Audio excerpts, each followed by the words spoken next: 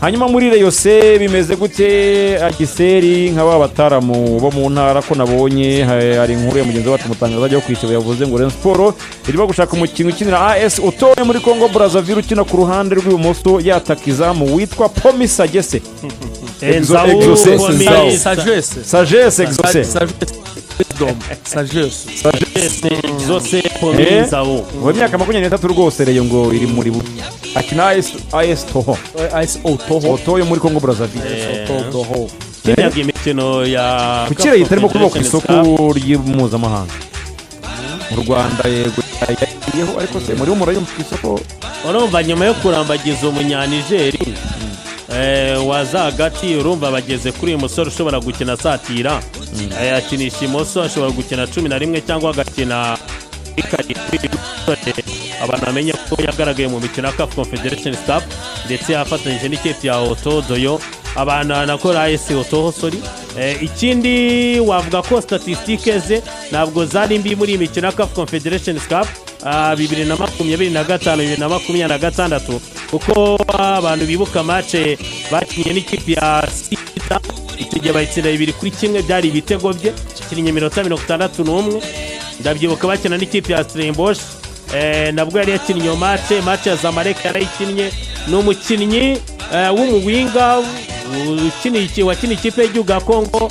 Brazzaville y'abato ikipe y'igihugu nkuru ntagaraba introduced ku rwego uvuga ngo ni umukinnyi wakoreshwa cyane dore ko n'ikipe ya AS Otoho hari imikino agiye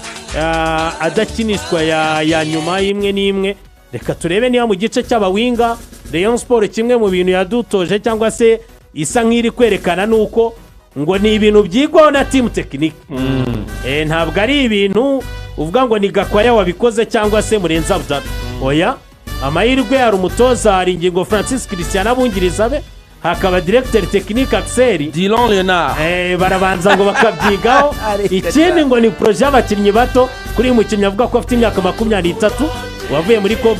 muri Congo Brazzaville y'abato azamuka reka turebe niba koko hari icyo bazageraho reka turebe rero muri Rayon Sport muri aperi haravugwa mu cyakse muri aperi hariho haravugwamo byinshi hano hanze cyambere abakunzi b'equipe ya aperi bamenye nuko wa mu rutayizamu wabo munyakote d'Ivoire Amaniku wa Dio Camp Michel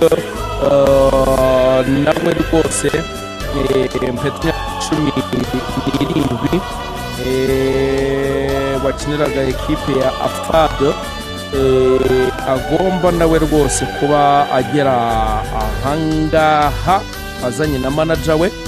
hanyuma kandi na wa munyamali Mamadou Traoré wa Stade Malien nawe n'umuhagarariye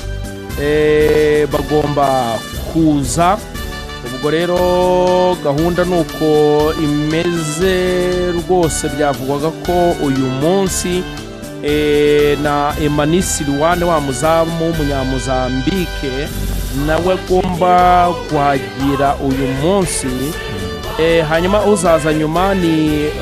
ba munyaburkina Faso Zone wa Mazembe agomba kuza we bya shampiyona muri Congo birangiye ariko abandi batatu nari mvuze bo muzamu Silwan Elmani nuko uyu munsi narego byabitangizwe ko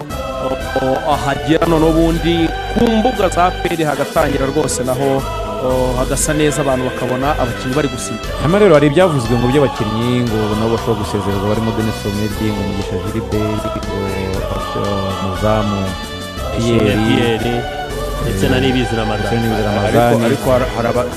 harabafite amakuru taratangazwa ku rubuga ngo mbebone ngewe ntacyo nabivuga harabasuje amanjye buramba n'indiri ya pe n'indiri ya pe ariko hari ubwo mushobora kuba mundusha amakuru basezerewe Mugara ibyo byo gusezererwa no kuvuga abasoje amasezerano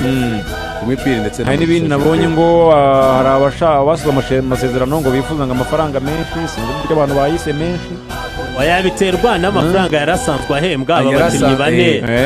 mu buryo bwo kongererwa amasezerano abakinnyi b'abenegihugu katugera tubicukumbure tuzabizana ubutaha cyane